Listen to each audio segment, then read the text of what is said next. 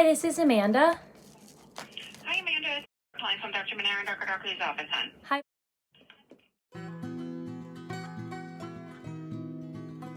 Hi, friends. We're the Vasquezes. I'm Amanda. And I'm Jose. And welcome back to our channel. We're so glad you're here for our Family by Faith series as we walk this journey of unexplained infertility and all the ups and downs that come with that.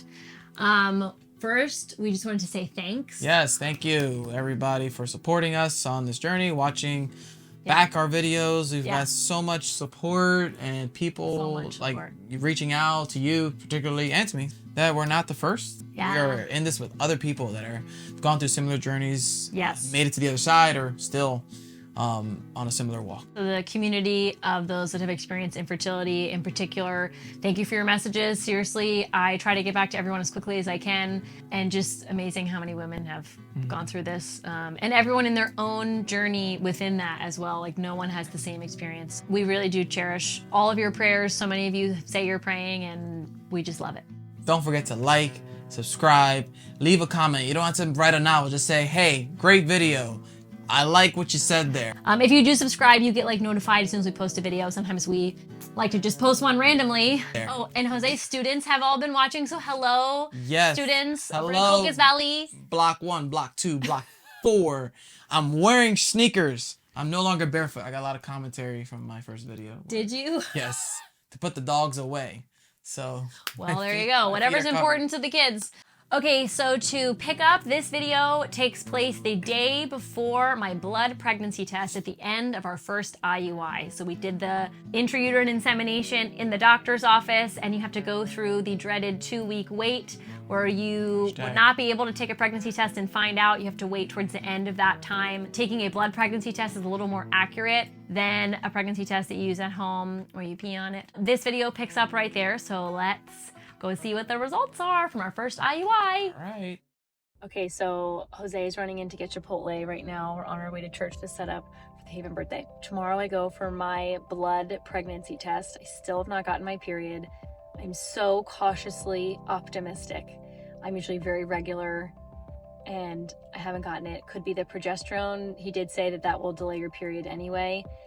So I'm trying to keep a level head, but also be excited. I don't know. It's a very weird headspace to be in. Any ladies that have experienced the hashtag TWW, which stands for 2-week wait from when you ovulate and to when you can take a pregnancy test, it's the longest 2 weeks of your life.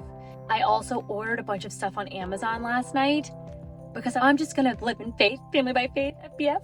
And I'm going to order stuff to surprise my parents because if I do get a positive, I'm going to tell Jose tomorrow afternoon. And then I would want to tell my parents right after. So I bought some gifts, and even if we don't use them now, I can always use them later. So just trying to have faith, stay positive, but I'm also feeling like I don't feel pregnant. I don't have any intuition that I'm pregnant, so I'm probably not. But you want to be positive and give positive vibes to your womb and your body. So tomorrow is a big, huge day. So prayerful, so optimistic, so hopeful. Having faith, trying to anyway.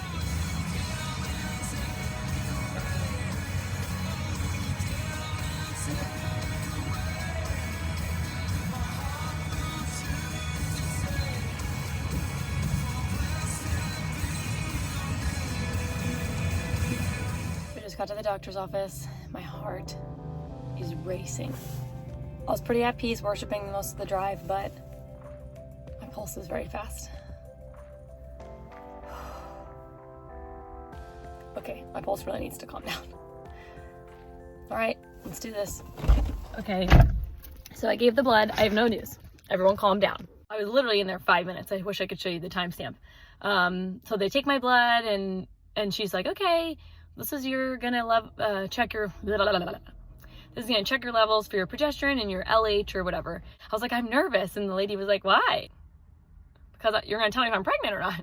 Dr. Doherty comes in, is one of the other doctors at the practice who I love. So he comes in, he peeks his head in, and he goes, did you cheat? And I was like, no, I didn't take a test at home. You guys are gonna tell me. I've gotten enough negatives at home. I need you guys to tell me. So like, okay, we'll call you within 2 hours. So I'm gonna drive home and wait.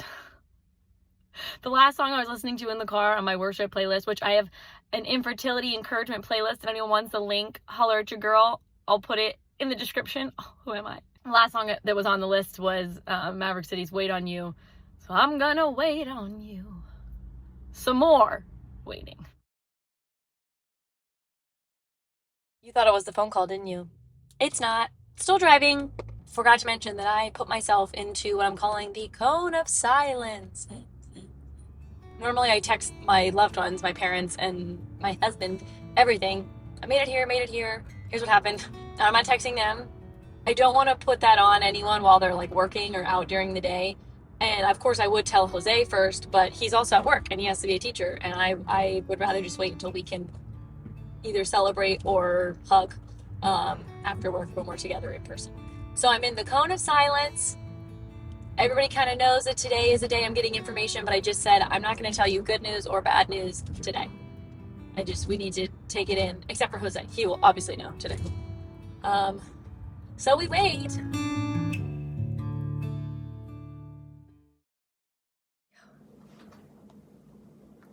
Hi, this is Amanda.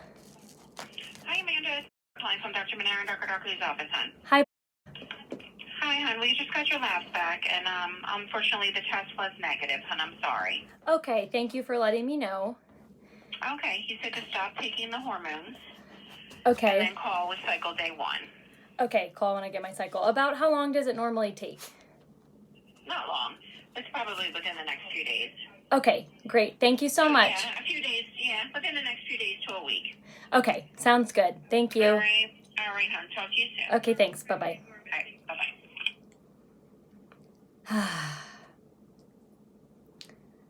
Well, I kind of knew. I feel like I kind of knew that. But I'm disappointed. I'm disappointed.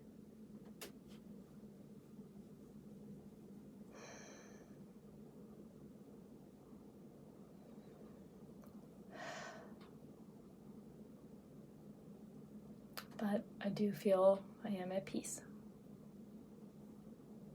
At least for now. So I debated hitting record again because it just sucks, but this is more of a realistic reaction, I think, as it's like hitting me. I'm just really sad.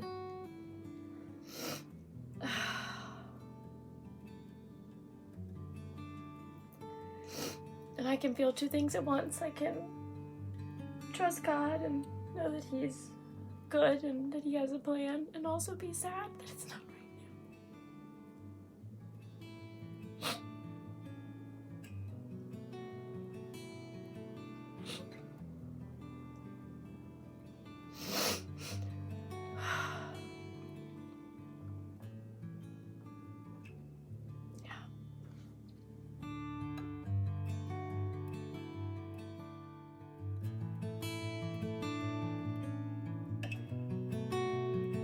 So today we got some tough news. The test came back negative, which is not a no, but just a not sure how to move forward type of situation. We're all very sad. It was kind of tough, last bit of work. And so me, instead of doing grades and prepping, I was like, I'm going to cheer my wife up because she is very sad. She's not taking this well. Neither am I. So I want to cheer up. So flowers, check. Chocolate cake, check. And all I'm missing is some sushi.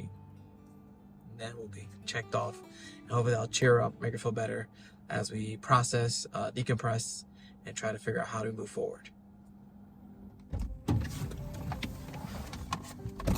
Sushi acquired. Okay, so I have flowers. I have this chocolate cake. And I have the sushi. I'll try to record as much as possible. Open the door. It's not easy recording. Open the door.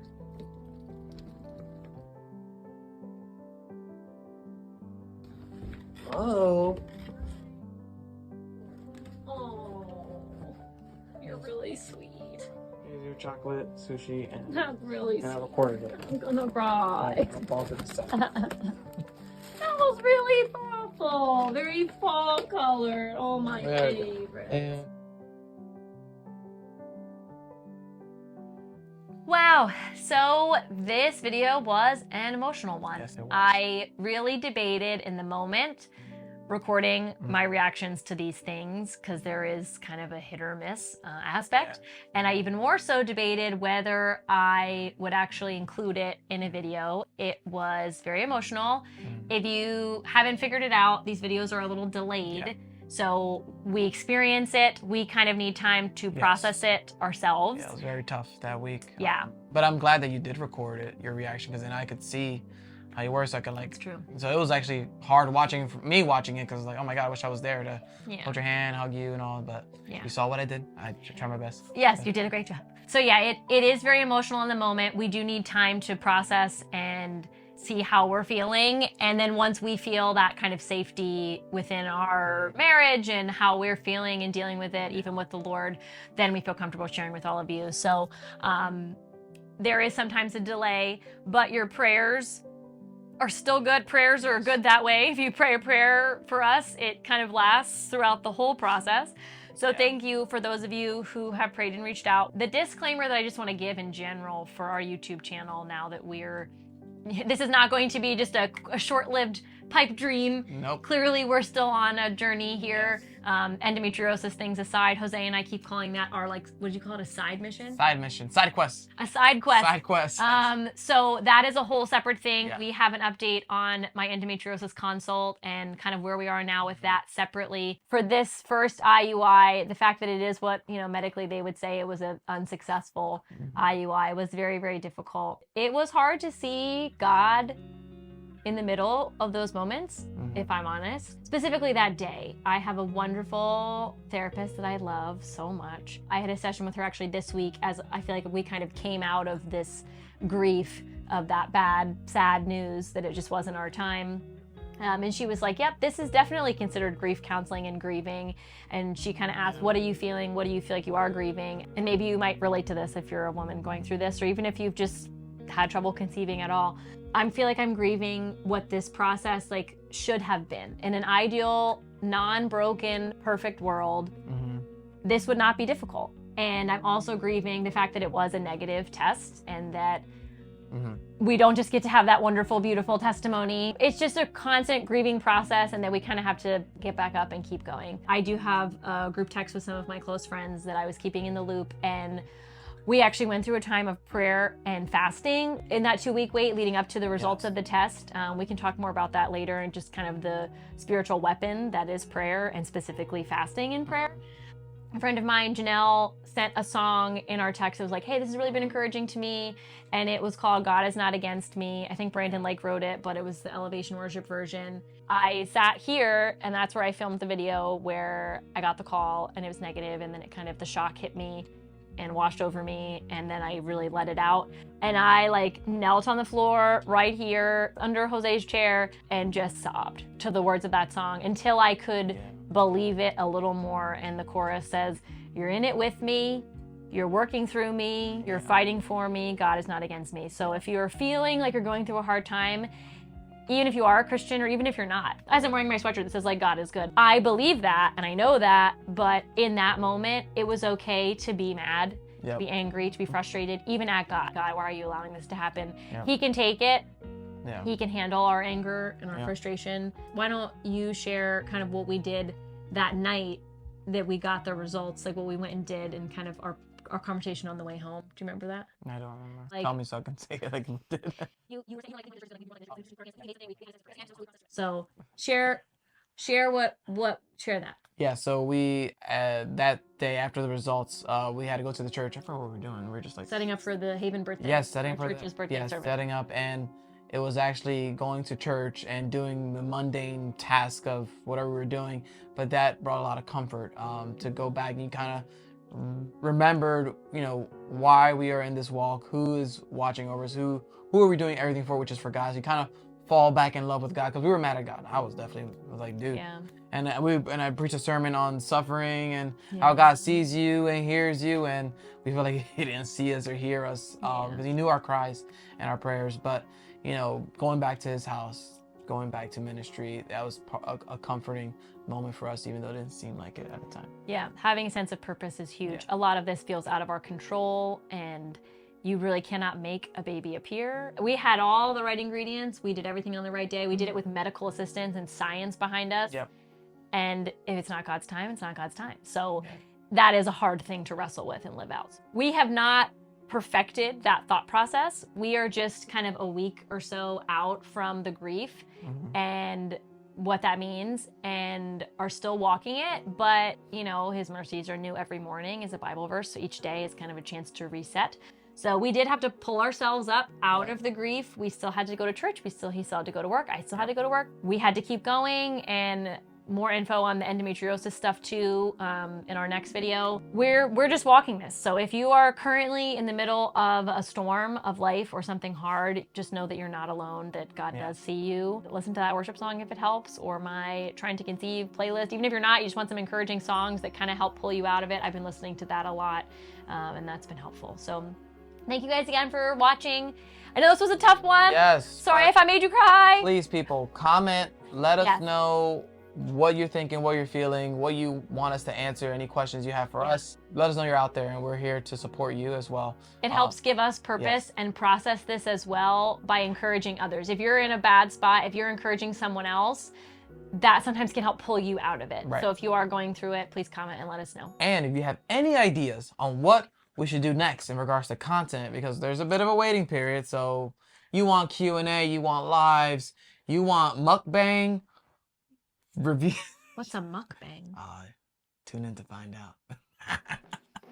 Yikes. Okay, and on that note, we will see you guys soon. Thank you for all your support. Family by Faith, FBF. Love you. Share the post, comment, subscribe. Bye.